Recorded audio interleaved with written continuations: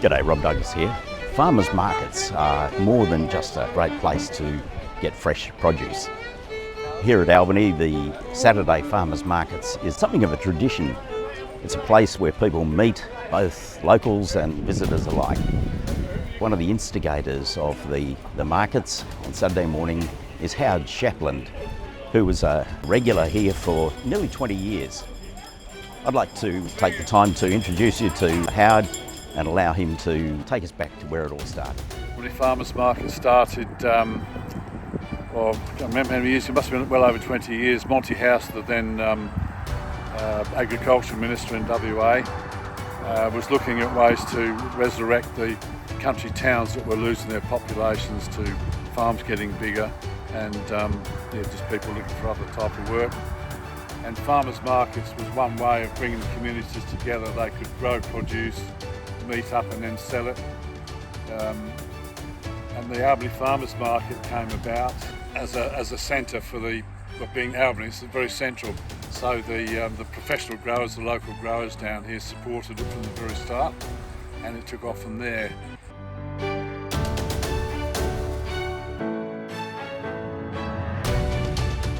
Well, we started here in partnership with the guy that owned the land, and he was growing cauliflower, broccoli, sweet corn and pumpkins and supplying local supermarkets.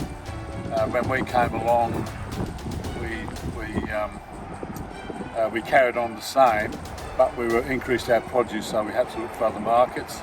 So we actually took on other shops and a few restaurants, and then it got to the stage where the volume really picked up and we were sending stuff to Perth.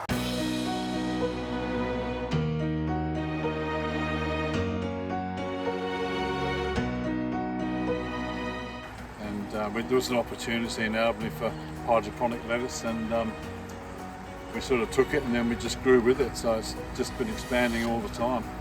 They're very clean, they're off the ground, they're grown off the ground, so there's no dirt or sand in them, and you're working at waist height, so you're not bending, and it's in a very close proximity, so high density of planting, so you're not picking over acres and acres of ground.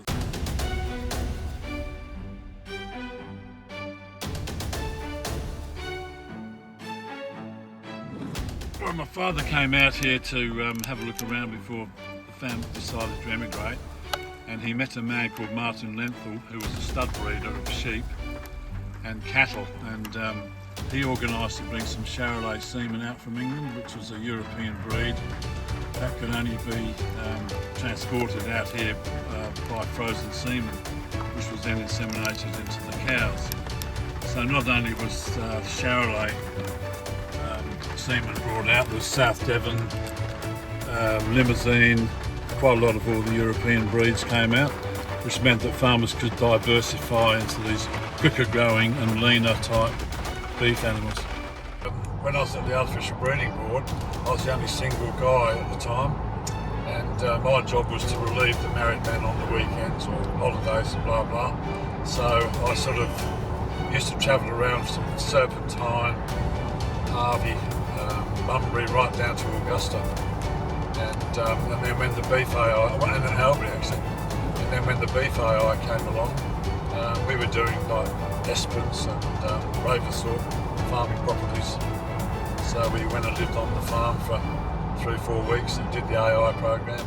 Artificially inseminated the first South Devon calf that came to Australia, so a bit of notoriety there, and certainly some of the early Charolais ones. Yeah, well, a long time. Started in 1972, and I've done it all my life. I've only recently stopped doing it. I just did it on a private basis, but probably full time for at least 12 years, and then went into private practice for a while, and that fitted in with growing vegetables, so worked out very well.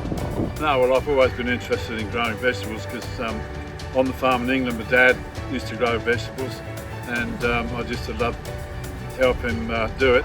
And you've got so many different vegetables, it's so satisfying eating what you grow. So that's always stuck in my mind over the years, and I just had a passion for growing.